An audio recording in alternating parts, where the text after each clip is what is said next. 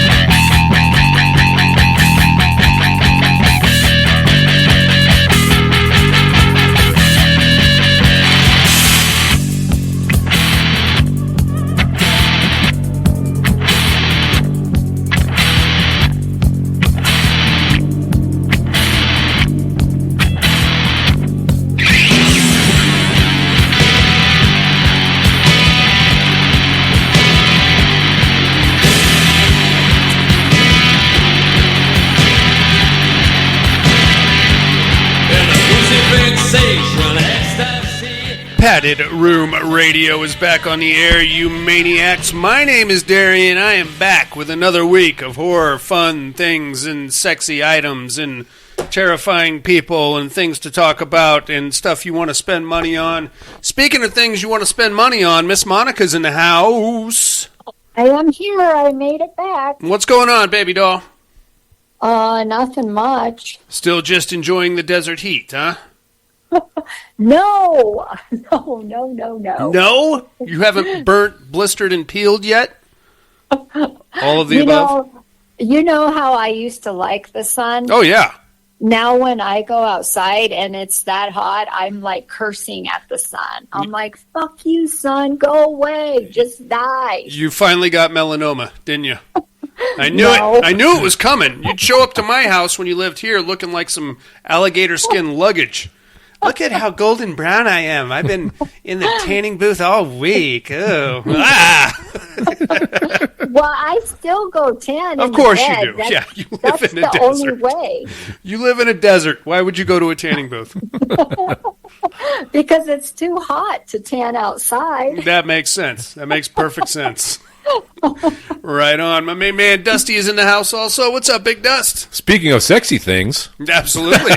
I'm glad I got to do that and not Monika. Of course. Yeah. Of course.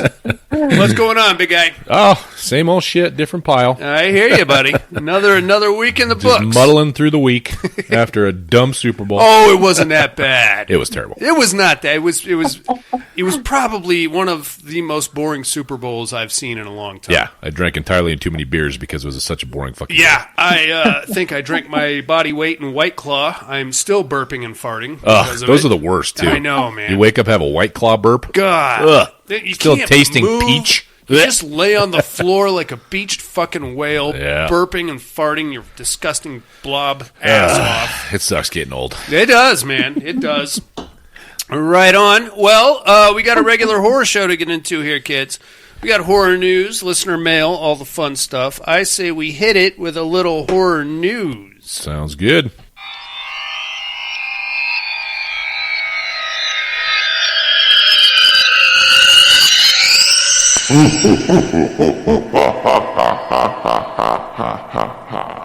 Horror news.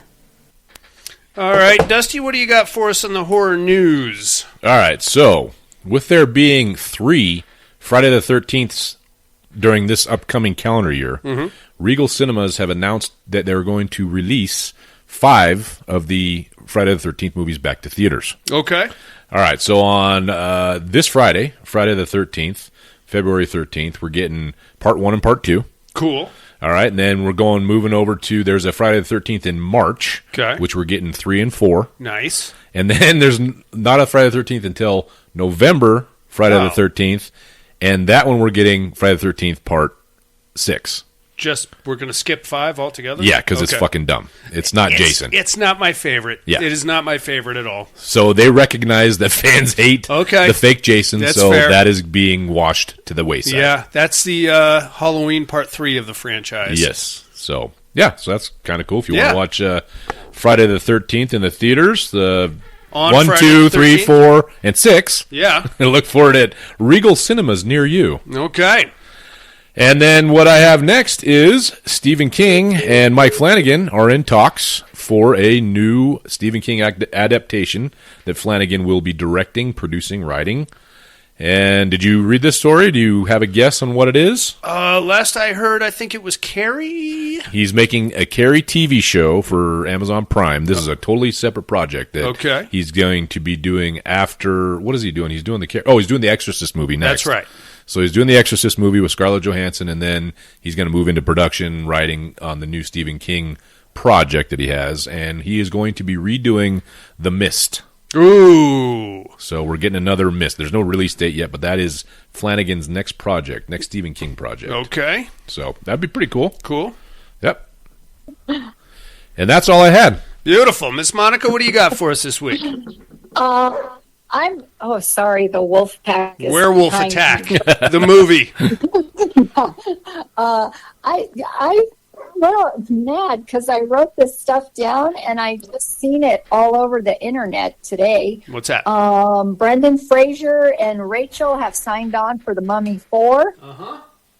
You got that? Yep, I read that as well, but I left it for you. Oh, okay. Because I am a gentleman. I am not. And I am scratching it off my list, you fuckers. Yeah, and this one I read last week, and then I see it all over the news today, and A Violent Nature Part 2 is coming out. Yes. I didn't hear that. That's awesome. Plot details are up. It's going to be the same idea, the following the slasher. The first-person slasher movie? Yes, but it's going to go in it. It's going to continue this. We're going to get more information about this dude and what his problem is, and the necklace and all that stuff. Is it like a prequel deal, or I think it's a sequel. Oh, okay. But that part was a little ambiguous. Right on. Did you? We all saw A Violent Nature. Yeah, I loved it. Yeah, yeah. One thing I didn't like about it was that stupid fucking helmet that he wore. They had to have some kind of new thing, right? I know, but that looks stupid. It's the old fireman's hat, right? Yeah, it's or like fireman's a mask. Thing. Yeah.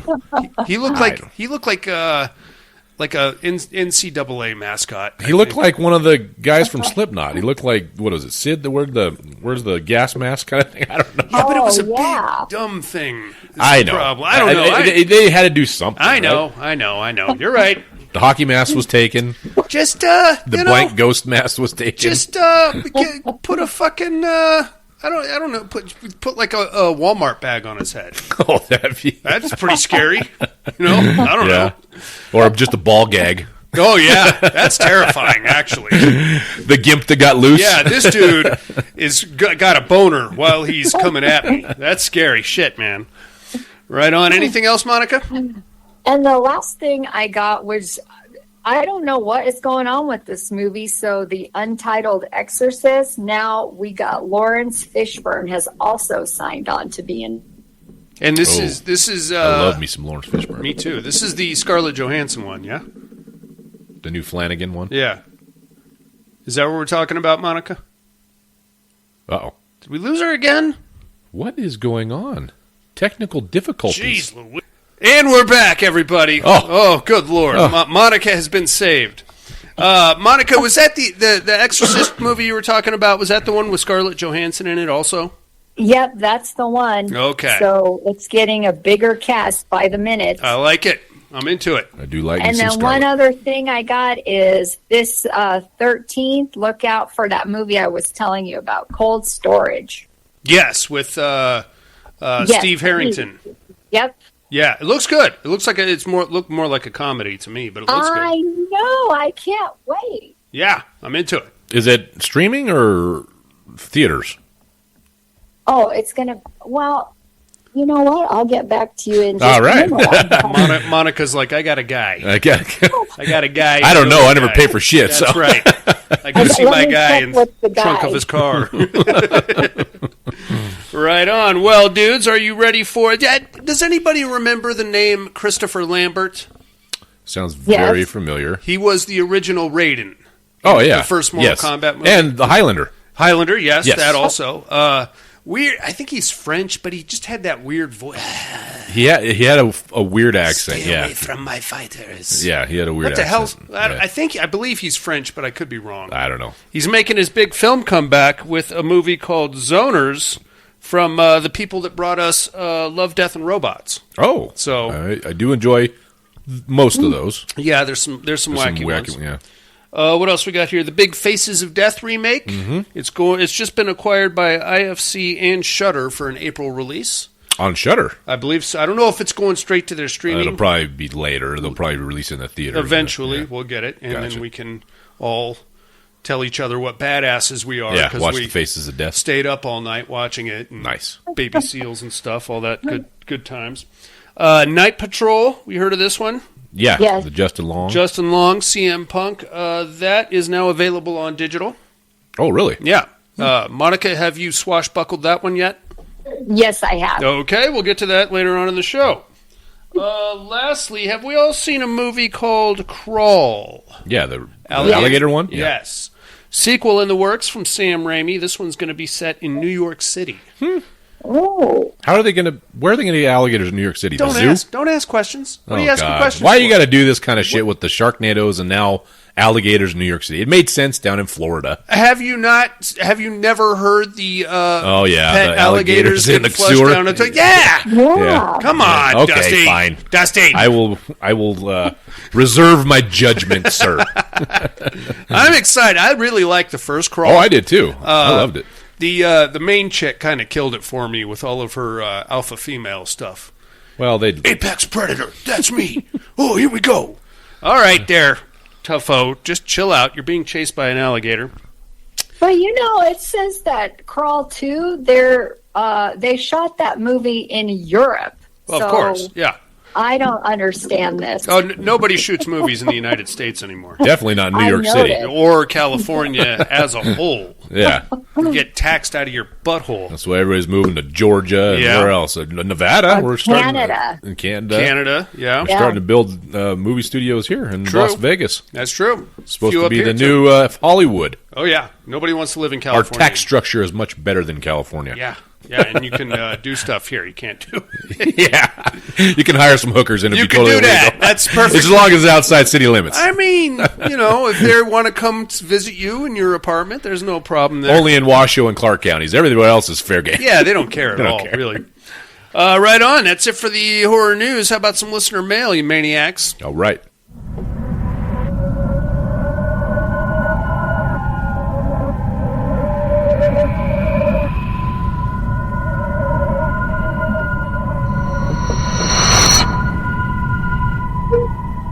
Listener mail.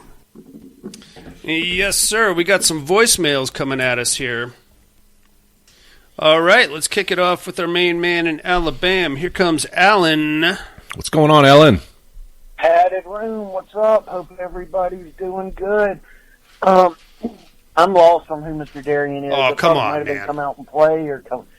You're going to kick yourself when you hear this. Not anyway, Terror Dome. As much as I want to go with Pooh Friends, because I think it's funny when Darien says Pooh Friends. Pooh Friends. I got to go with the Demons. I don't blame you. What I watched? So I watched Friday the 13th Part 2. Ooh, we should have waited a couple more days. Black Sunday, whatever the one with Barbara Steele. That's a good one. one. I've seen like parts of it, but not all of it.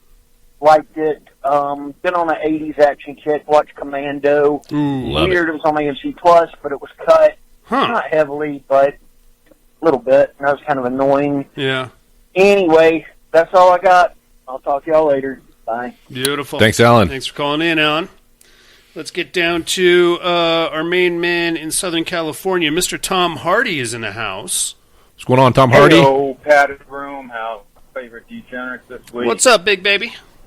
Oh, I do hope everyone is doing well. You sound tired. I got to be honest with you, man. I got nothing here. I got nothing on the educating department. Nothing at all? I got nothing on the what are you looking at department. Oh, dude. But I couldn't let another week go by without casting a vote in the tainted terror dome Okay. 2025. All right. Not going to let it what go, do we is it? got here? We got the Demons and the Pooh Friends. Yeah. You know what? Huh. Fucking put me down for them. Put me down for them Pooh Friends, man. Why the fuck not? You got Winnie the Pooh. You do? And you got Tigger. Yes. And Eeyore. And Eeyore's not part I of it. don't see why these guys couldn't go They ate all the Eeyore, fucking remember? way in the Tainted Terror Dome of 2025. God. Yeah, sure. Anyway, that's all I got. Hope all is well. Love you like family. Bye now. Beautiful. Thanks for calling in, Tom Hardy. I'm locking Nice. you in. Well, at least it wasn't a shutout for the Pooh Friends. I was They had a showing. They and they went into the Terradome like past the opening Rookies, rounds. yeah. Not too bad. Not too bad. Speaking of 80s action movies, I recently watched The Running Man. Remember that? Oh, yeah. Yeah, of course, right? Yeah. I tried to watch the remake. That guy's a fucking asshole. I haven't even attempted it yet. You didn't? Is it on Peacock? Or I know it's free now. Yeah, I think it's either Peacock or Prime. Paramount. Yeah. Monica, you Which seen one? the new new Running Man? Oh, yes, I did. I turned it off after, I don't know. Well, it's first off, it's like a 2.5 hour movie. Oh, shit. And I think I got a good half hour into it. But that guy's just an asshole. Who are the main characters? Yeah, the Glenn Powell character? Ben Richards, yeah. Huh. Like, they completely got rid of the escape criminal thing. He's just trying out, but he's like, oh, it says here you have a daughter. Say one more word about my daughter! Whoa! Easy there, asswipe. I'm just asking you questions. And then he starts punching guys for no reason. Huh. Ah. So he's not a likable hero. I think that's part of the movie is you have to sit through it and then you grow to like him and he stops being such an asshole. Oh. You But- mean that dude that plays that character? Yes. Glenn Powell? Yeah, I don't care for that guy, but I never watched the first Running Man, but What? I kind of enjoyed the second one. Okay. If you've never Oh, seen boy. the first Running Man with Arnold and Yaphet Kotto, then I don't know that we can Yeah, be friends anymore, Monica. I've never watched it. So. That is your assignment, How Miss dare Monica. you? How dare you? Okay, I'll check it out this week. You're gonna hate it. I can tell you right now. Oh, I don't know. Well, it does hold nostalgia. to It you, does, you know, but, like- we watched it when we were kids. Of so. course, and there's a lot of weird plot holes, but we can get into that later. It doesn't matter. It doesn't matter. Right on. Well, thank you very much, Alan. You guys got anything for Alan or Tom Hardy? Thanks for calling in, Thanks, fellas. guys. No Terradome matchup this week, but we are closing out the quarterfinals, so we'll make those fight announcements and roll right into it next week. You're going to kick yourself in the face when I tell you who I was last week. I can tell you right now. But in the meantime, I think it's time for a movie, y'all. Sounds good. Oh boy. There are ghosts around us all the time. Most of them, they can't hurt us. Most of them don't even want to hurt us. But there are exceptions. Bad tonight. Oh, bad. It is my professional opinion. We should get the hell out of here. Now.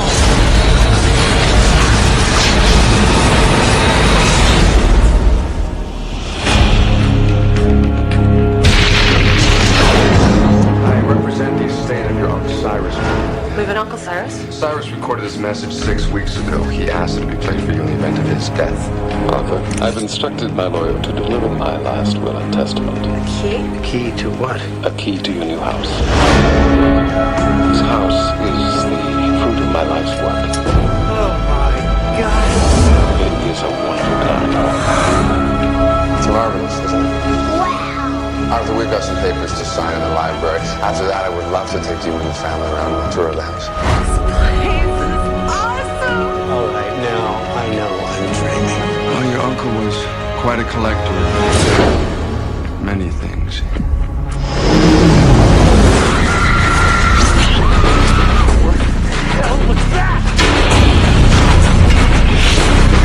This Halloween, you're wasting your time.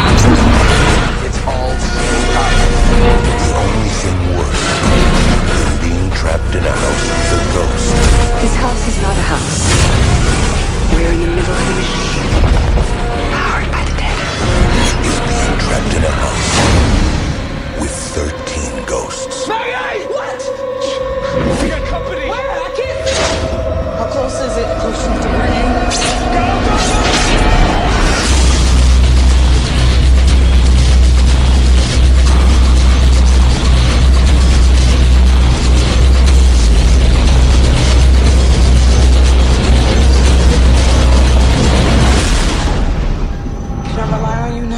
killed?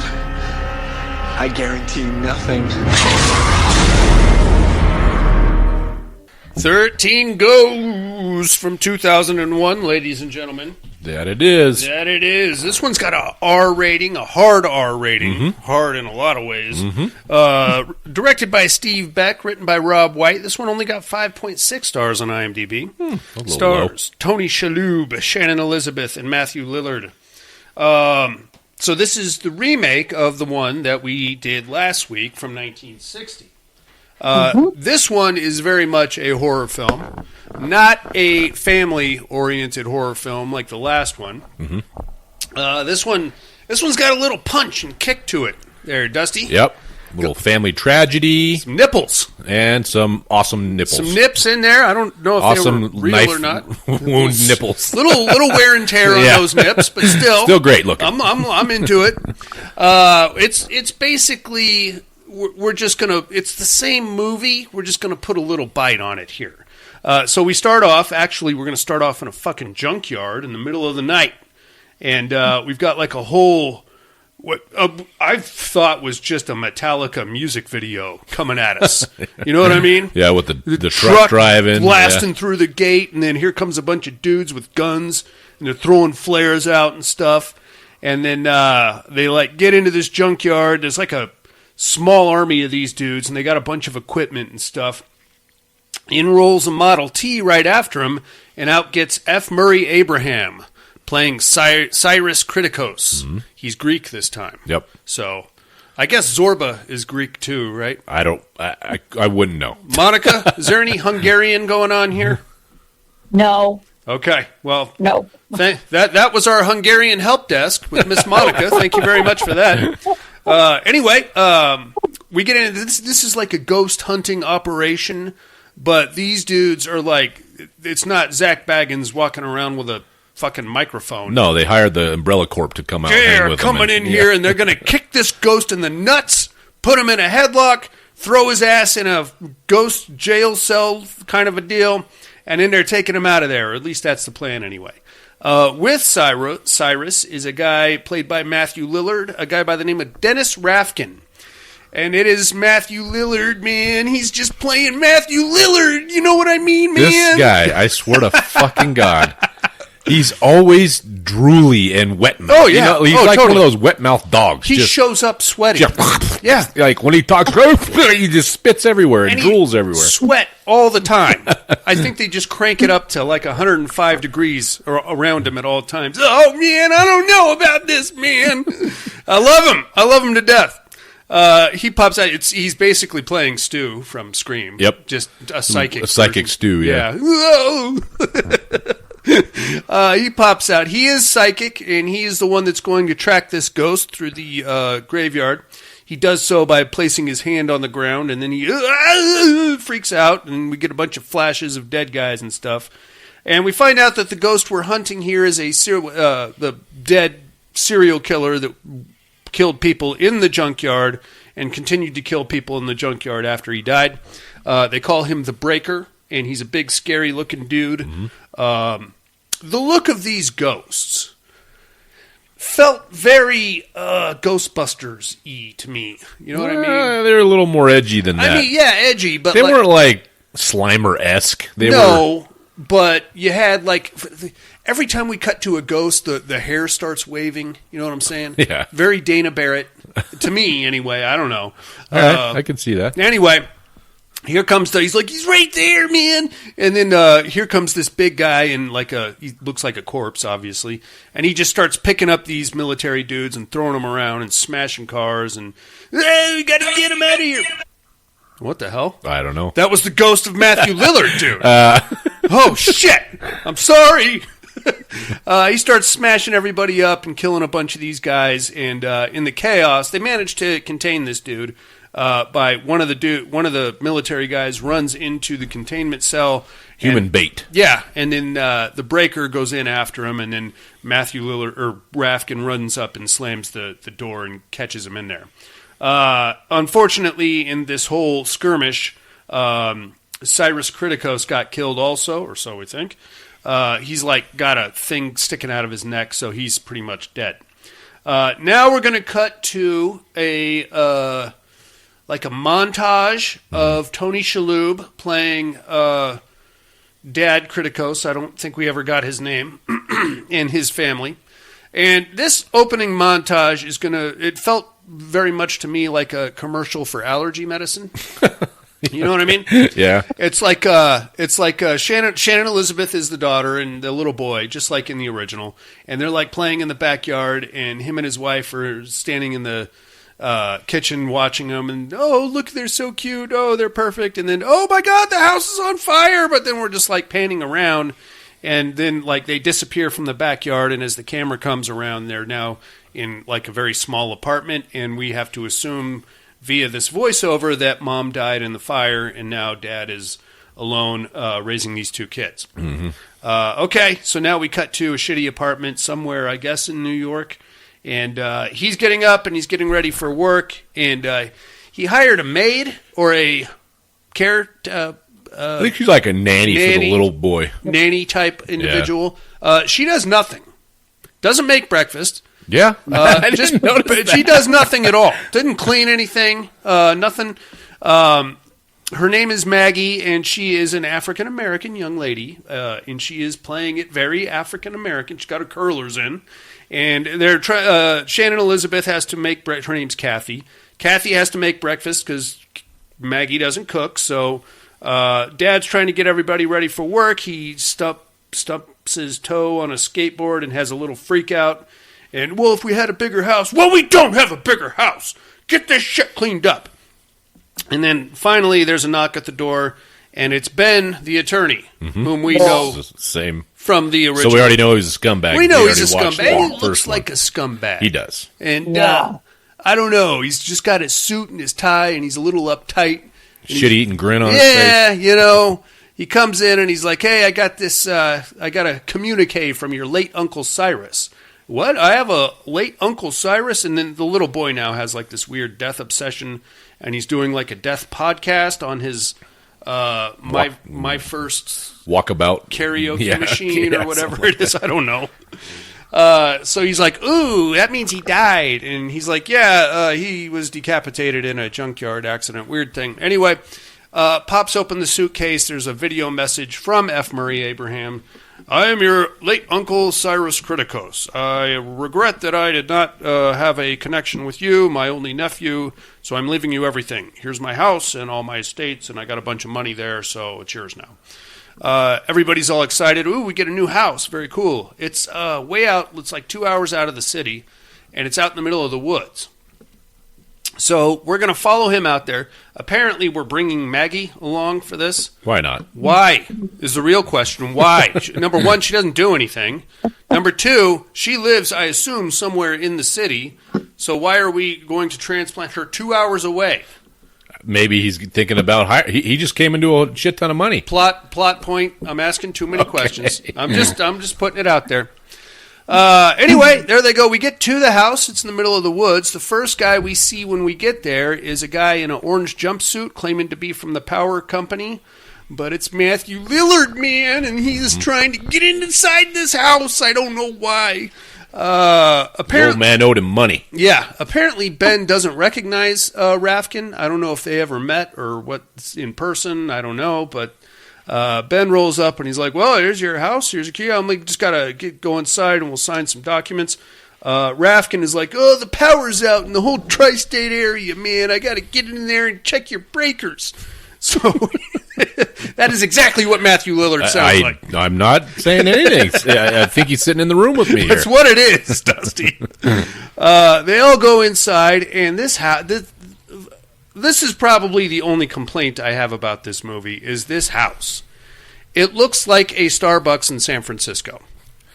A lot of mirrors, yeah. Whole lot of stained glass. Just weird. Like, where does a guy beat off in this house? The bathroom with the frosted block glass. Sure, but it only goes up waist high. So that's all right. If you Spider-Man it, then you're in deep trouble. I hate the look of this house, man. The idea that people could live in a literal glass house is ridiculous. because like just the heating it in the winter would cost a small fortune. Cooling it in the summer. And on top of that, the fucking you'd have to have like guys on a constant rotation coming out to clean the glass. Yep. You know what I mean? Well, I don't think it. Well, we've come to find out it wasn't a. Well, it was habitable, but as a ruse. Yes, it's really a different purpose. Yeah, but still, I mean, like if somebody say, "Hey, you inherited this glass house," I'm selling it tomorrow. I don't care how big it is. I'll get some money for it. Yeah, I don't know. You'll get some money for it. Yeah, and it just took it. Like you can never tell where they are in the house. You know what I'm saying? Like you'd run into a lot of walls, I think. Totally. You're trying to go down the hallway and get to the bathroom or whatever. That's what I'm saying. It looked like they just walked up and down the same hallway the entire movie. I don't know. Down in the basement and the upstairs, downstairs, and then that circle room. They have a room with a toilet. We assume that's a bathroom. I don't know. They have another room with a bed in it, but it kind of looks like it's part of the. I don't know, man. It just kind of took me out. Okay, so here we are. We get inside, and of course the kids are all excited, and so is Maggie. We got to go check this out, and they're like, "Whoa, well, we're going to wait here in the library." The library has like this very cool disco spinny floor situation. I thought that was down in the basement, or it wasn't in the library. It was another room. I think it was like the middle, like the middle, room, maybe. Well, I think it was just like the middle point of the house. Okay, you know what do you call like a not a foyer because that's in the beginning, but it's like a living room. You know, it's kind of just like a central area, maybe. Sure. You know.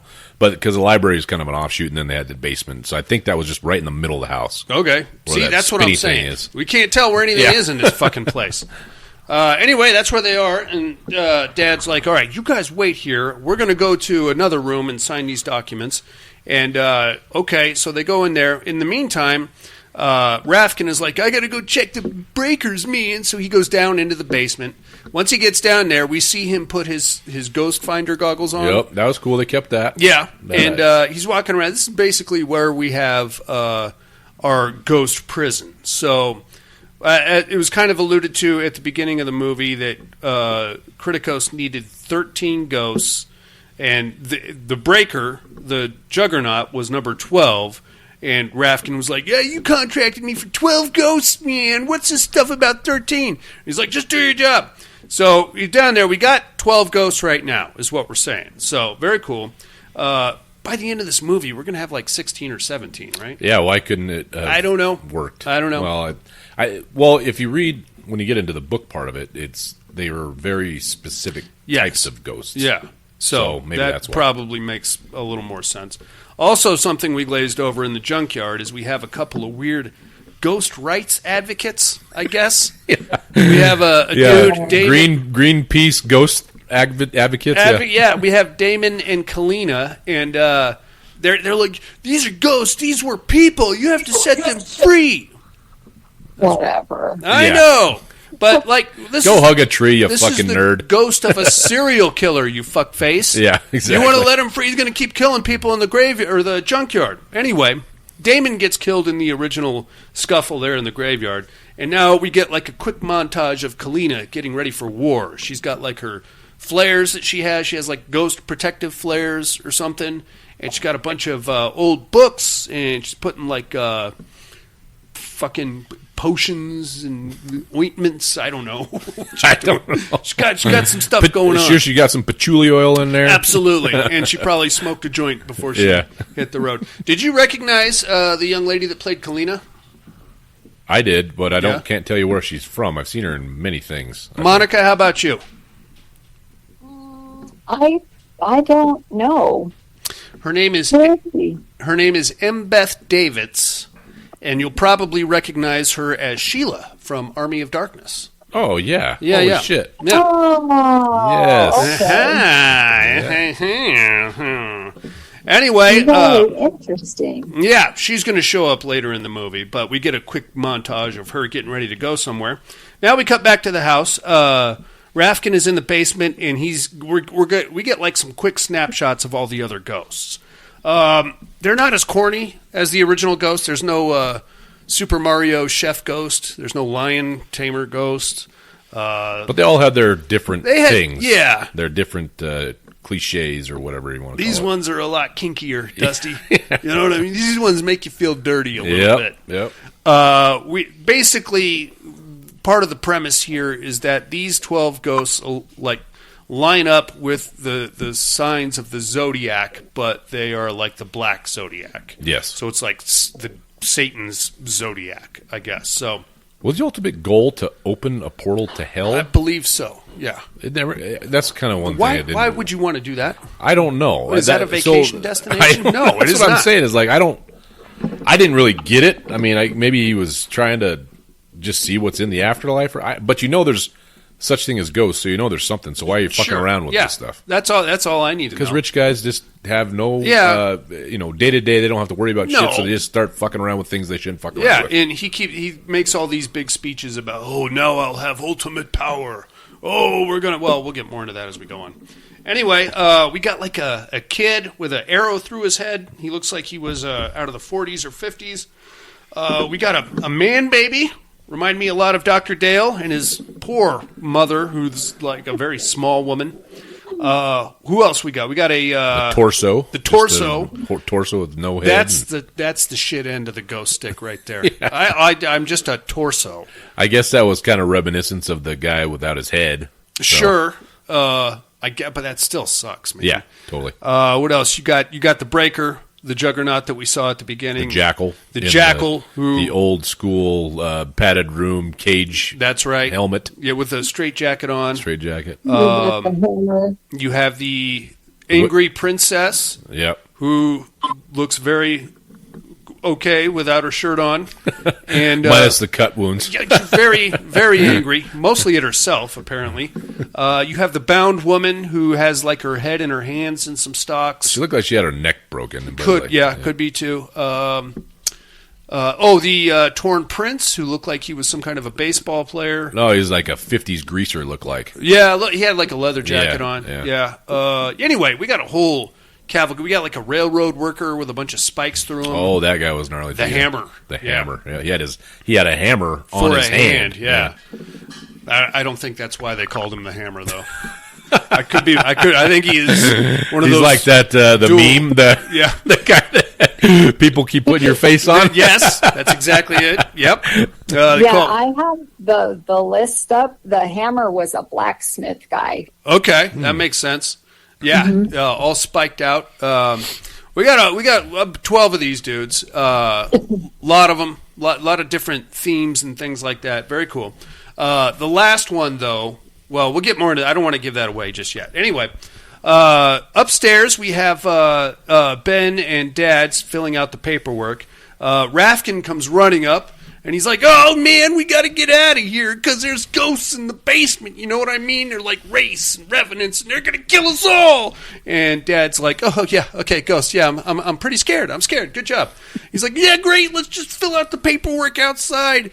And this is where we get our Dark Castle signature move of the quote-unquote lockdown. We'll remember that from House on Haunted Hill. Yep.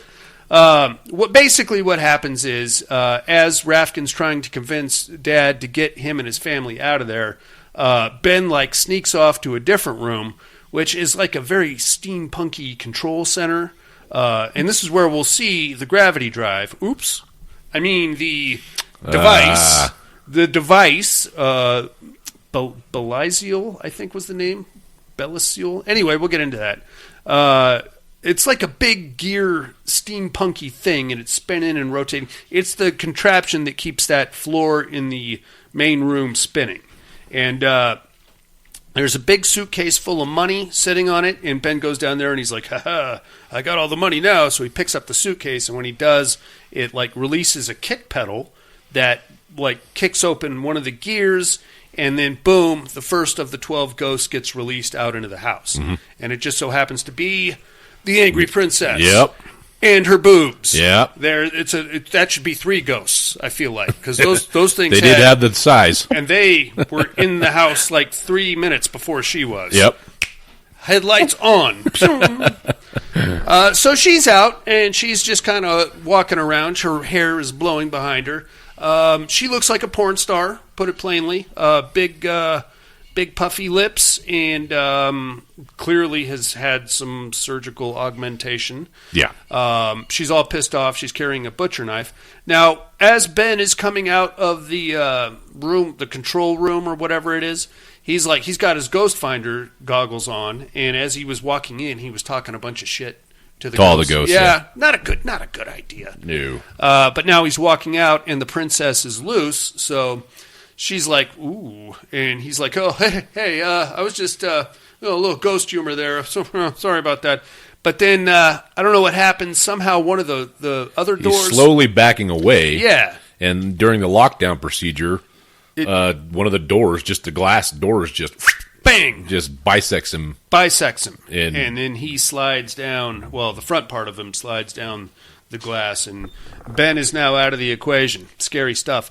Upstairs, the lockdown procedure is like in full motion, and Dad and Rafkin are like, what the hell is this? As like all the glass parts are like, they got like steel shutters that cover them, and then like the different rooms are being sealed off. You can't really tell what the fuck is going on other than all of a sudden they can't get out. My question about this part was, when he goes and he starts throwing a chair against the fucking glass, you can't break the glass. Right. So if it's unbreakable glass, what the fuck's the point of the shutters? Valid point. I mean, you're not getting out, right? It's not for shade because it's nighttime. No, that's when it's beat off hour. Oh, okay. That's when the neighbors are like, I know what you're doing, as the shutters are as the shutters come down. And you're suddenly scrolling through your phone. Oh, it's lockdown time. Okay. He'll be done in about 10 minutes, don't worry. It takes that long to lock the place down. That's right. And then by the time it's all locked down tight, you're done. All right, we got to open them back up. Oh, yeah, see, now he's cleaning up the place. He's got that bottle of Windex right there, doesn't he? Oh, that's going to take a while. A lot of windows. So that's cool. Now we're trapped in there. Also, in this, the haste of exploring this new glass house, Maggie and the kids took off to go explore various parts of it. Kathy goes up to what's going to be her bedroom, I assume, and starts like running her fingers on the sheets, and she's got her own bathroom. She's like, oh, so nice. The princess gets in there with her and doesn't really do anything, just kind of watching her. Dodes over. Decides she wants to take a bath as well, which is fine. Yeah, I'm down with that. She like writes the word "I'm sorry" on the floor in blood. Very creepy. At this point, Dad's a little freaked out because Rafkin's somewhat unstable, and they're now trapped in the house with him. But the point is that we're trying to get the family together so that together we can find a way out of the house. Okay, cool. While that was going on, Maggie and the little boy, I think Bobby was his name, took off on a scooter race, and they're flying around the house. Very cool. Somehow they get down into the basement, which is not the place you want to be. But luckily for them, at least at this point, the rest of the ghosts are still contained in their cells. So that's pretty cool. But inside what was going to be Bobby's room, somebody left a pair of the ghost goggles. So Bobby and Maggie are now passing the goggles back and forth. Now, they haven't seen anything yet, which is good. Except for the writing on the floor. Yes. That you can only see with the glasses. Well, it glows, too. Yeah, it's like the very, Latin spells, containment spells. It looked very Lord of the Rings to me. Yeah. So that's fine, I guess. Cool font. They get down into the basement, and now we're starting to realize that we may have a problem here. Bobby can see the ghosts. He's got the goggles on. Maggie is like, oh, that's about the time that Dad and Rafkin find them, and they're like, hey, come on, get up out of there. We got to figure out how to get out of here. Unfortunately, they get separated as the next ghost is released. I believe it was the hammer. Wait, I forget. No, I think it was the kid with the baseball bat. I thought maybe it could be. I don't know. Eventually, they're all going to get eventually, released. Yeah, they all get out. One of them gets out. Rafkin sees it, and he's like, oh, my God, get out of there. The kid goes down. Maggie makes it out, but then the kid gets pulled off. So we don't see what happens to him yet. He just kind of gets dragged further down into the basement. Maggie gets out, and now Dad's like, okay, you crazy prick. How about you just tell us how to get out of here?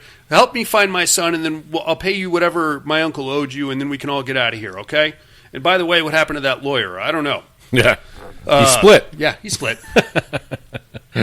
So, creepy stuff, okay. And then from there, we're just going to get a big cat and mouse game between the ghosts as they get released and the family. It kind of escalates as it seemed to me like the less hostile ghosts got released first, and we're like working our way up to the nasty ones. Well, the jackal was pretty gnarly, and it, I think, comes out second. And was it? Yeah, and takes the daughter. Remember, he grabs the daughter down in the basement. And yeah, we almost some saw some T-shirt more. ripping. Yeah. Hey, that's Shannon Elizabeth. Yeah. Buddy. She was something back in 2001. That she was. This was right off the heels of her American Pie appearance, in which she did not wear a lot of clothes. Nope. Anyway, so the jackal's out, and he's jacking people up. This is when Dad finally gets himself a pair of glasses and realizes that, this is all actually happening, because he watches Kathy get dragged down the hall and then like levitated, and then just like random scratches start appearing on her, and her shirt gets torn open pretty good. We get her out of there and off to safety for a minute, up to the computer research room or whatever it is, and we're like, oh shit, okay, I believe you now. We do have ghosts going on here. How do we get out? We need to figure this out. Now, while all this back and forth between Dad and Rafkin is going on, Kathy just vanishes. She just kind of isn't there anymore. Yeah. Don't know what happened, but we'll catch up to her later, I guess.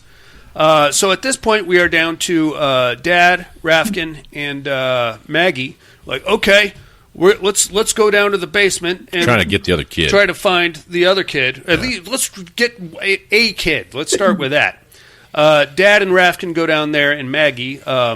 Here comes the jackal. Remember, they grabbed a piece of the spell door. Yeah, that doesn't come until later, though. Oh, right, okay. Yeah, but first they go down there, and here comes the jackal again. Okay, and he's that's just as pissed off, and he's like, "I'm coming, running right at you!"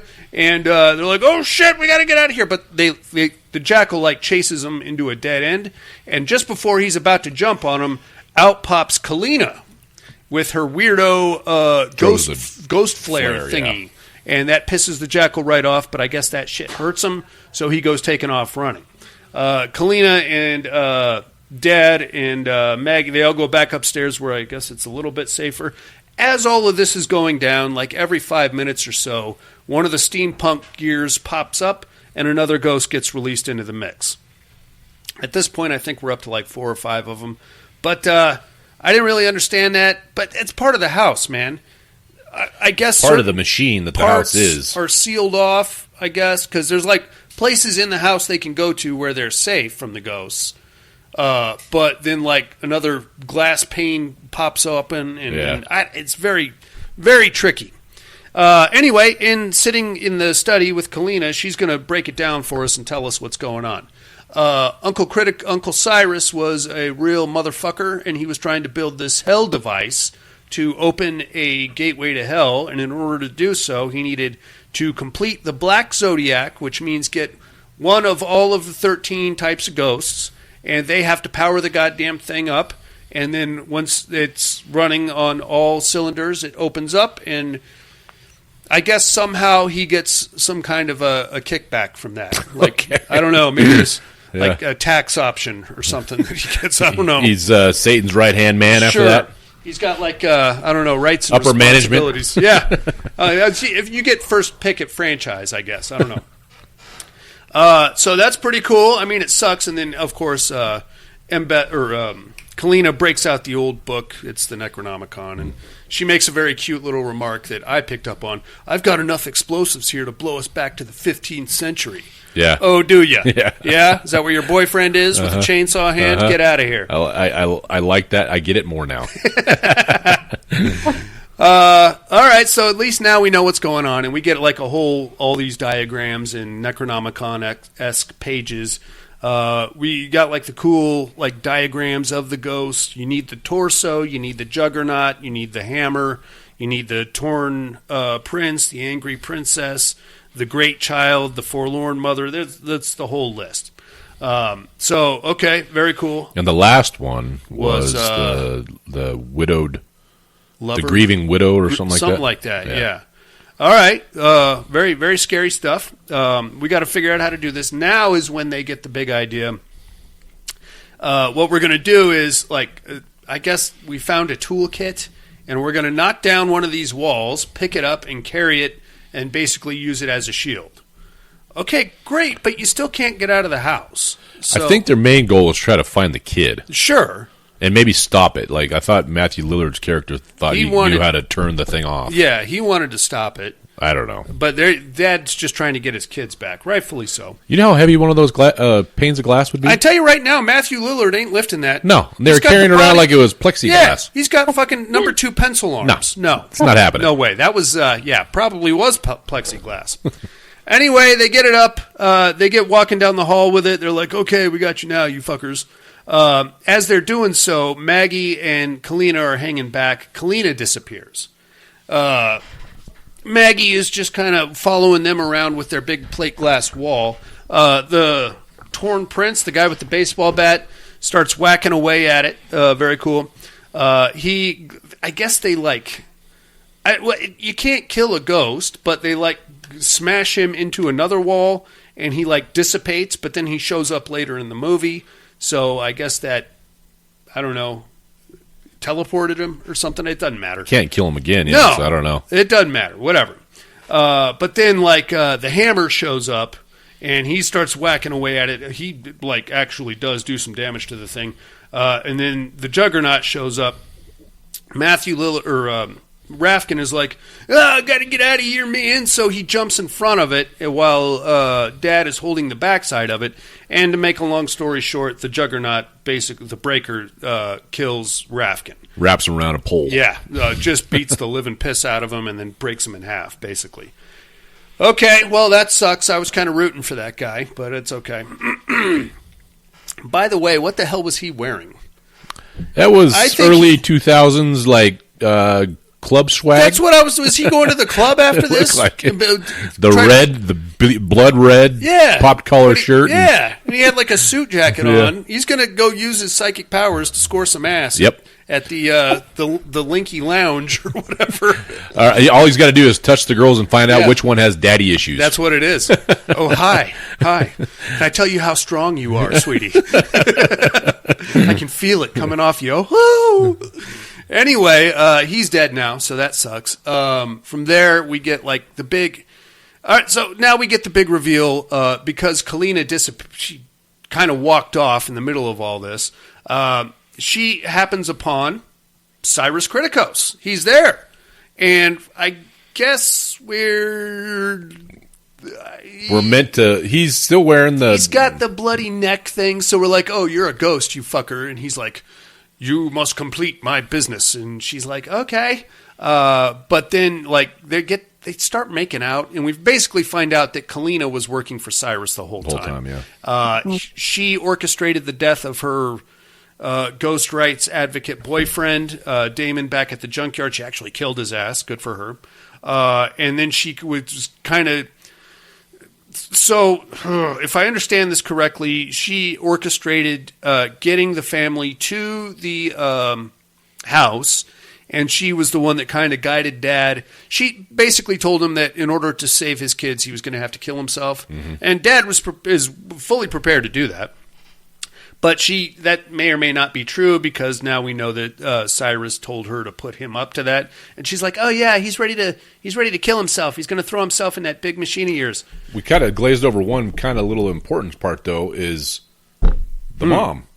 Oh well, yeah, because that's what he found out about it a little while back. Because Matthew Lillard, when she first shows up, she just said, "Well, you didn't tell him." And he's like, "No, I didn't tell him." I didn't know who she was. Yeah. So It comes to find out that the mom is also a ghost. Also one of the ghosts, yeah. And she's kind of helping Bobby, on the down. Try to get away from she's like, Bobby, go down there. Yeah, don't go down there. But of course he does anyway. Yeah, kids don't listen to shit. No, fucking assholes. Anyway, so as Dusty alluded to, there's the other ghost is the what do they widowed, call her? The grieving mother, or something like that. Yeah, and that's actually mom ghost. and she's just walking around with an IV bag and a half-burned-up face. She didn't look that bad. No. I think she could have survived that. Yeah, you turn your head this way, you look all right. Yeah, you're fine. Put some makeup on, you'll be all right. Anyway, she's in the mix also, and now it's time to kick this thing into high gear. So Cyrus runs down and starts. There's like a Necronomicon-esque reel-to-reel tape you got to play. It's like Gregorian chants or something like that. Yeah, it tells the Latin spells. Basically tells all the ghosts it's time to get up and fire up the big machine. So they kick that thing on, and then they all go up there, and they all start doing their chanting. As Kalina's trying to get out of there, Cyrus like smashes her between two walls like a bug. I thought that was pretty cool. The CGI on that part was a little silly, but I'm glad she died. Fucking bitch. Anyway, that's what's happening now. As the floor is now like this big spinning Cuisinart thing with like the blades spinning all around. It looks a little bit like the gravity drive from Event Horizon. Yeah, agreed. And up in the middle pops Kathy and Bobby. They're like sitting in the middle of this. And Dad's like, oh, shit, this is when I got to save them. I got to throw myself in there, and then I'll stop the machine, and then they'll live, but I'll be dead. I'll be the 13th ghost, I guess, but it doesn't matter because they'll be okay. In the meantime, just before he does that, he looks down the hall, and he sees what he thinks is the ghost of Cyrus because he's still standing there with the neck thing, and he's got his ghost finders on, and he's like, whoa, that's my dead uncle. What the hell? But then he just tips his ghost finder glasses down, and he can still see him. And he's like, you fucking asshole. You set this whole thing up. You're not even dead. And he's like, Cyrus, or be a man there, nephew. Get in there and save your kids. And he's like, they get a little fist fight going on. Dad puts a pretty good beating on Uncle Cyrus. But Cyrus has a sword cane, does he? All rich assholes have sword canes. I got to get myself a sword cane. You got to just see that coming. You should. If you're going to get in a fist fight with a rich asshole, they're going to have a sword cane. Well, there was a movie. I forget which one it was, but the rich asshole had a cane, but it was basically a giant flask. And he would unscrew the top, and he would pour everybody a drink out of the cane. That's the rich asshole I want to be. Yeah, I'll be drunk all the time. Yeah. I'm not going to stab anybody, especially my nephew. God. Anyway, finally, Cyrus puts a beating on Dad with the sword cane, and he's like poking him in the shoulder. You fucker, get in there and kill yourself. Be a man. People like you are dirt and worms, and you're going to let your kids die, you piece of shit. And then Maggie makes her way down to the control room, and she's doing like a DJ Jazzy Jeff with the real. So all the chanting's and that's fucking everything up. And then she just like starts pulling levers and stuff, which is causing all the gears to grind, and it's fucking up the big rotation thing on the floor. The kids are sitting in the middle of it, and then Dad finally runs over there. He manages to kill Uncle Cyrus, so fuck that guy. He runs over, and he's got to time it right because there's like one little second like pause. A second boom where the floor is flat again, and then everything's okay. So if he can jump on during that, like it's like the worst part of Super Mario Brothers when the thing is swinging back and forth. He's got to time it right. He's got to be brave. And like just before he does, he looks over and he sees the ghost of dead mom, and she's like, "Go to the kids." So he runs, jumps, lands, saves them, and then the whole fucking place burns down. And he didn't actually have to do that because the whole house burned down except for the platform. Well, first of all, the ghosts all grab Cyrus and chuck him in there. Yeah. And he gets all chopped up in the machine. And then Dad. Does the jump. Yeah, does the jump. Unnecessarily because house is on fire now, and then that just stops. How does that glass house burn? I don't know. I guess that would be one benefit to being in a glass house. The glass fucking melts if it gets too hot. I don't know. But it's not flammable. It's not. It just wouldn't burn. I know, but I guess all the shit inside, the desks and there's got to be a gas main in there somewhere. Yeah. Right? I don't know. And that was 13 Ghosts. Monica, what do you think of this one? I like it. Me too. I like both of them. It's just a newer version. A much more adult-oriented version, I would say. Yes, definitely. Much more of a horror film than a family-friendly horror scary thing. I don't know. Yeah, I like this one. Me too. Better. Yeah, I agree.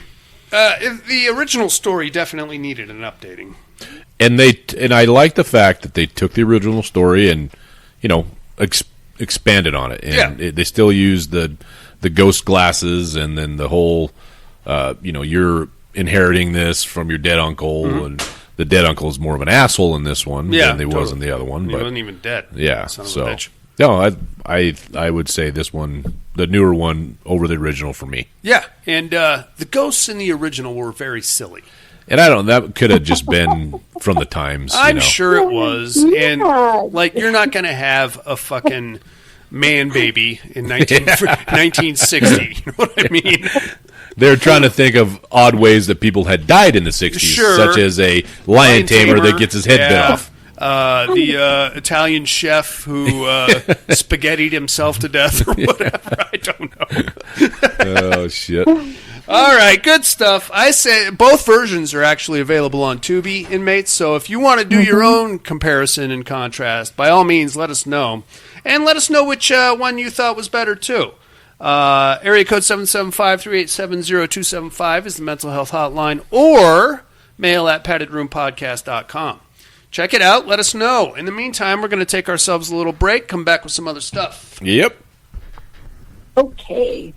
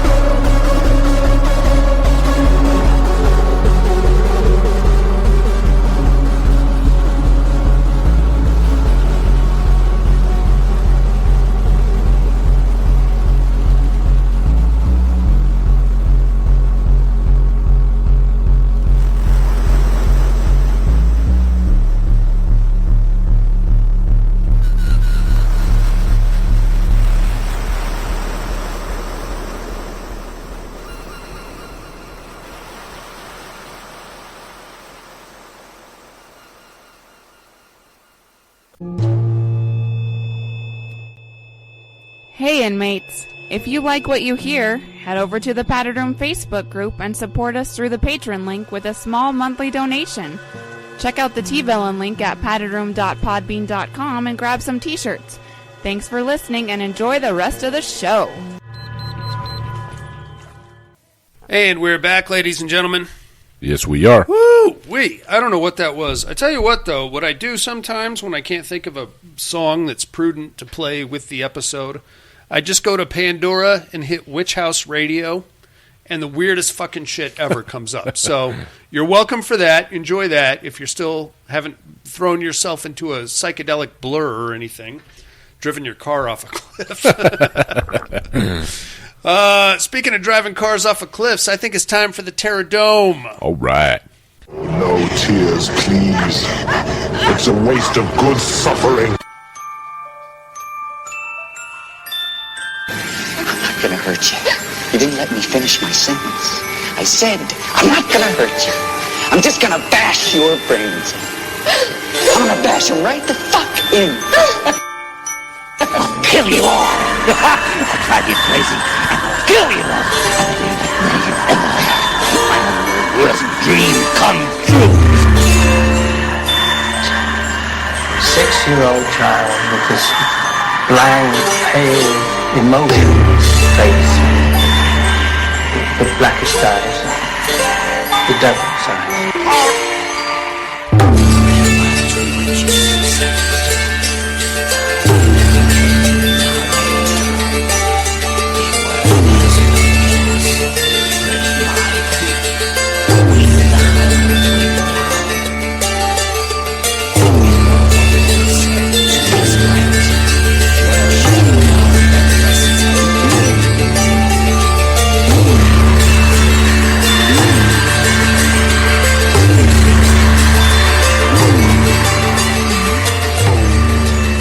Welcome to the Terradome.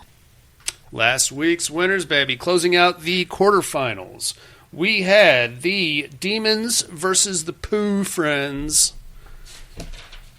People like it when I say Pooh Friends. This will be the last week, I know. Yep, you're right. The forest burned as the ground beneath it opened into gaping maws of hellfire. Demons poured forth with violence and hatred, claws rending and teeth gnashing, leaving nothing but ash and embers behind them. With a vote of 5-2, the Demons win over the Pooh Friends. As they should. Yeah, that's a bit of a bummer. I don't know if the Pooh Friends are going to be back next year. No? Well, I mean... One and done, huh? Blood and Honey 3 is coming out later is this it? month. Oh, yeah. Oh, boy. Oh, yeah. Monica, where are you at on the Poohniverse? I think I'm all caught up. I saw 1 and 2. Did you see the Peter Pan one? No. Oh, that's a nasty one, dude. Tinkerbell's Tinkerbell is like a methed out tranny. Ugh. Yeah, it's pretty gnarly, and he basically abducts like a whole bus full of kids, and it's disgusting. It'll make you feel dirty. Well, that's not good. Yeah, no bueno. All right, no matchup this weekend, mates, but we are. I'm going to go ahead and make the fight announcements for the Elite Eight. Oh, shit. In the Asylum Conference, we're going to have the Witches versus the Critters, and the Vampires versus the Nazi Zombies. In the Inferno Conference, we're going to have Werewolves versus Ghosts, and Deadites versus Demons. That's going to be that's crazy. That's going to be pretty cool. Thing. That's going to be hard for me to come up with. All right. Yeah. So look forward to that. We'll resume the fights next week. But in the meantime, we're going to tell you what movies we got to watch this week in a little segment called "What Are You Looking At?" Yep.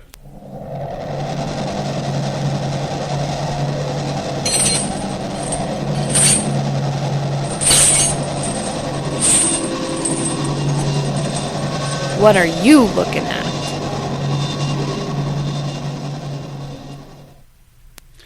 I only got one movie in this week, and I finished it literally as you were walking in the door, Dust. Oh, yeah? It's Bark from 2023. I haven't heard of it. Monica, you heard of this one? No. So a guy wakes up out in the woods tied to a tree. And he's there for a good week. So he's first, dehydration, malnutrition, starts seeing things. And then eventually somebody comes up and like pitches a tent right next to him. And doesn't notice he's there? No, they know it's. Oh, he's the guy that put him there. Okay. And he starts. It's bark, as in like the tree bark. Okay. But it takes on the end of the movie. It takes a different turn. So it's a pretty good show. It didn't, and I didn't think it was going to go that direction, but it did, and it's pretty interesting. Okay. It's pretty interesting. The whole movie is this guy chained to a tree, and then this outdoorsman basically comes and starts. He's not really fucking with him, but he's like, "Yeah, I'm going to leave you here." So, if somebody chained you to a tree, it's probably for a reason. I don't know if I want to let you off the tree. So he wasn't the guy that put him there, but he just found him there. I don't want to give it away. Okay. In case, that's kind of how they couch it, but then it kind of takes a different turn. It's a good show. It definitely kept my attention up until the end, and when you find out why he's there, then you're like, "Oh, okay, all right." Was he a tree hugger? No, not really. But anyway, that's all I got to watch this week. Monica, how about you? I rewatched one of my favorite Alien movies, Altered. Okay. What is that one? I know I've heard that one. It's more. I think of it as more of a comedy myself. It's where the 3 or 4 rednecks actually abduct an alien and they keep it chained up in the garage. I don't know if I've seen that. Mm-hmm. It's by Eduardo Sanchez. It's got Mike from the Blair Witch Project. Uh-huh. I always thought of it as more of a comedy myself because these rubes are just, oh shit, man, it's getting loose. What are we going to do? Yeah, I really like that one. Me for too. some reason. And then I checked out a new movie called Twisted. Okay. That one is I can't think of the actor's name. It's got the guy from The Gladiator in it. Russell Crowe? Not Russell Crowe, but the guy that befriended Russell Crowe. The guy with the scar on his face? Yes. Or the black guy? The black guy. Oh, Jimon Hansu. Yes, he's in it. Very cool. He's a top neurosurgeon. Oh. And he rents his house out to a con artist so she will go and rent homes that belong to people that are out of town, and she collects the first and the last month and the deposit on these homes. Oh. And then when these people go to move in, oh, sorry, there's already someone living there. Whoopsie. But this time she fucked with the wrong guy. Lauren Lavera in this one. From the Terrifier movies. Oh. Yeah. Oh. Does she get naked in this one by any chance, Monica? I don't know. Yeah, there is. She's a lesbian in the movie, so her okay, well, thank you for joining us this week here in the Padded Room Podcast. Whoa! And what is it called again? And then I checked out the new one on Tubi called Tailgate. Okay. That one was pretty good. There was a lot of screaming in it, so I was getting very upset. I know you don't like screaming. I was just like, hurry up and kill everybody now. Can we just take it down a notch on the screaming? All right, we get it. You're scared. Yeah. And then I checked out that new monkey movie, the primate movie. Oh, yeah, that just hit streaming too. What'd you think of that? I heard it was pretty good. I really liked it, and I really liked the soundtrack in it. Oh, very It cool. was super good. It kind of had a Halloween feel to it, the soundtrack. Yes, it's highly recommended. And I looked it up. The monkey is a real man. Really? Yeah. Okay. There's no CGI in this movie at all. And no real monkey either. No, you can tell he's not a real chimp, but I didn't realize it was a suit. That's cool. Yeah, very cool. Yeah, and the guy, his specialty, because I was reading about who this guy was, he is known to be able to move his body like that and do all sorts of things. So I was like, damn, that's cool. Yeah, nice. And that's all I watched. Okay, very cool. Dusty, how about you? I only got one in myself. The Red Queen and I went to the movie theater and saw Send Help. The new Sam Raimi. Yeah. It was good. Nice. We both really dug it. Yeah. I don't know if I would call it a horror movie. I mean, I guess it is. I mean, you can equate it to Misery and Castaway kind of combined together. The Rachel McAdams is in it, and I don't remember what the guy's name is, but basically the premise is she works for a company, and she is a very good employee as far as productive and getting shit done. And the old man, it was a pretty cool little nod that Raimi did. So the old man that owns the company dies, and so his piece of shit, fucking born rich asshole son is taken over. Well, the old man had kind of promised Rachel McAdams' character that she would be the next vice president, right? And then the kid comes in and he says, well, no, Todd is going to become the vice president. He's one of his dude bro frat bro boys, right? Yeah. That's worked at the company for 5 months, and he's the new vice president. Yeah. So, and they're always, and she's very homely, nerdy. They're all making fun of her and shit. They end up going, he needs her on a merger in, I think they're going to Thailand or some shit. I don't know. They're acquiring another company, and I'm not sure exactly what the company did, but anyway, seemed like a Fortune 500 type thing. They're in New York City. Anyway, he invites her to go to Thailand with them because his one main advisor guy said, well, she knows her shit, so let's take her to Thailand so she can pitch this thing. Yeah. Anyway, he's just being a dick to her, like, you know, hey, you do well over here in Bangkok or Thailand, wherever we're going, and we'll see. Maybe we can, give you a raise or something. So her thing is, like I said, very homely, very nerdy. She just loves, and her hobby is survivalism, right? So she reads survival books. Her favorite show is Survivor. She sent in audition tapes to be on Survivor, and the dude bro gets a hold of it, and they're all laughing at her on her audition tape on the plane, and then fucking plane just starts ripping apart in the air. Dude's flying out, getting fucking cut in half. It's awesome. So you get a lot of over the top Sam Raimi gore and violence, but it was awesome. Cool. They get on the island, and Rachel McAdams and the dickhead boss are the only ones left alive, basically. And she's like, fuck yeah, this is my jam. Yeah. She knows how to find water, and she knows how to, get food. She goes on a boar hunt, which is very fucking bloody and nice. And awesome.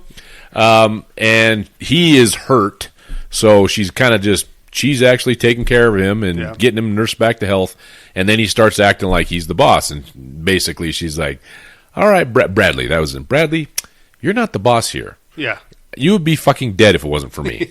So basically you find out that and it gets to a point where she wants to stay and he just wants to get the fuck out of there, right? Yeah. And then I won't say the whole movie because it's brand new. Yeah. So, but there's a twist at the end, and then a lot more violence happens, Sam Raimi violence. But like I said, I wouldn't really call it a horror movie. I mean, it's definitely got horror elements as far as the gore and the mystery and the, what do you call it, the twists and things. Yeah. But it's not a classic horror movie. But it was good. It was cool. Really good. I would recommend it. If you're looking for something to go to the movie theater, if you want to, it's definitely worth the price of admission to watch it. It's had a lot of funny shit. Sam Raimi always throws in. And it's not over-the-top humor like Jason doesn't like, Evil Dead 2. Right. But it's just the right enough amount, and no, it was good. Cool. We both dug it. Cool. Very cool. Yep. Right on. Well, I guess it's time for some immersion therapy then. Yep.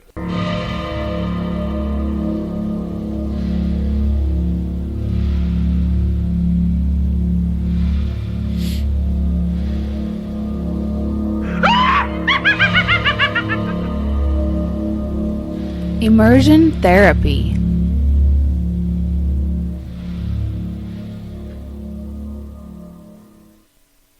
What did you guys think of Incident in a Ghost Land?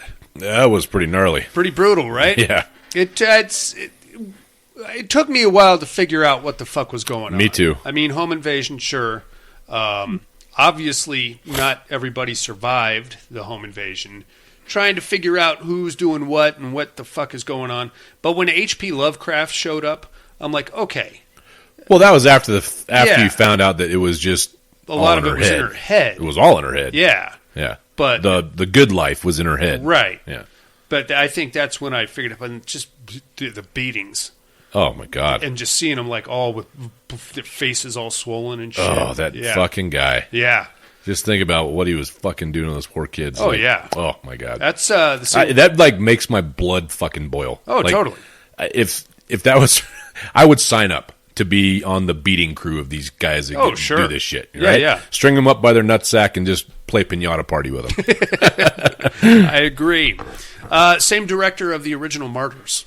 Oh, okay. So that kind of makes a lot of sense, right? Yeah. Pretty good show, though. Monica, what did you think of Incident in a Ghostland?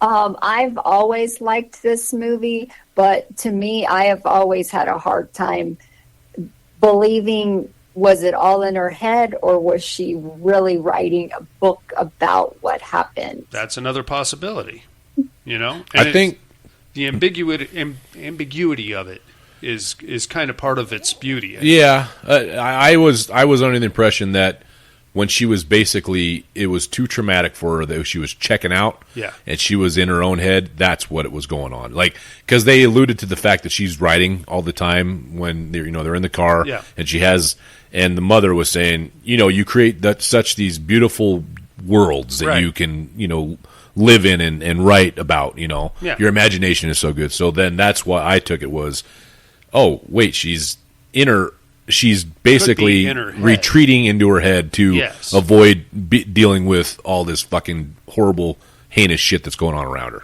Or she's writing the whole thing. Yeah, I get which is another possibility. Yeah. I don't know. I like it. I like it a lot. It's not a movie that I watch often, but it's worth checking out if you haven't seen it. If you found the original French Martyrs enjoyable, you'll probably dig this.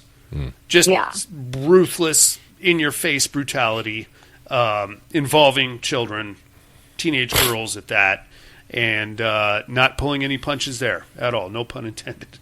No, it's when you're a father of a teenage girl, these are ones that are hard to watch. Yeah, I'm sure. I don't doubt it for a second, man. All right, well, Dusty, I think you have control of the helm this week. Yeah, let's check out The Girl Who Got Away. And this is on Prime. A decade of terror ends with the capture of Elizabeth Caulfield, a serial killer who abducted and murdered the young girls she pretended were her own. All but one. Christina Bowden lives a quiet life until Caulfield escapes from prison, and the deadly secret of what really happened all those years ago comes back to haunt her. And like I said, this guy is on Prime. Check that shit out, inmates. We'll do the same and compare notes next week. But now you must play Who's Your Daddy?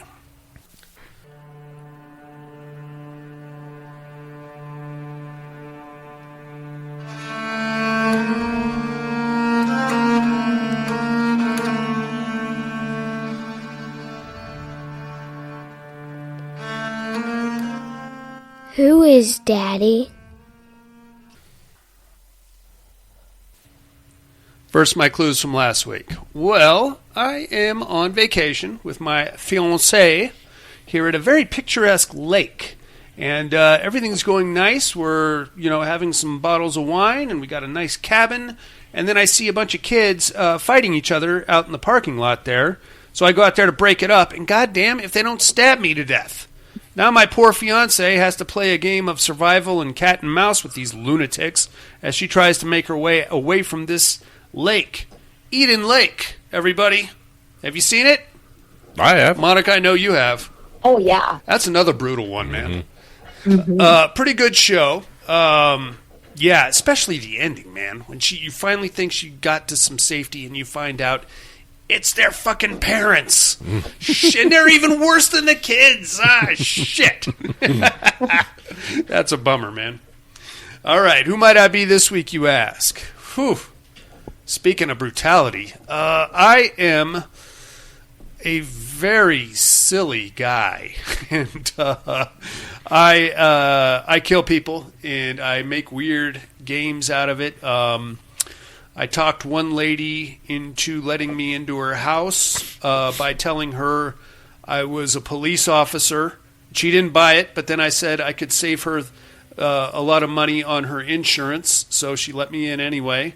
Killed her, drug her behind my van for a couple of blocks, kidnapped a bunch of people, and lined up their heads in a weird crisscross thing because I wanted to see if my rifle could shoot through about 8 heads at the same time.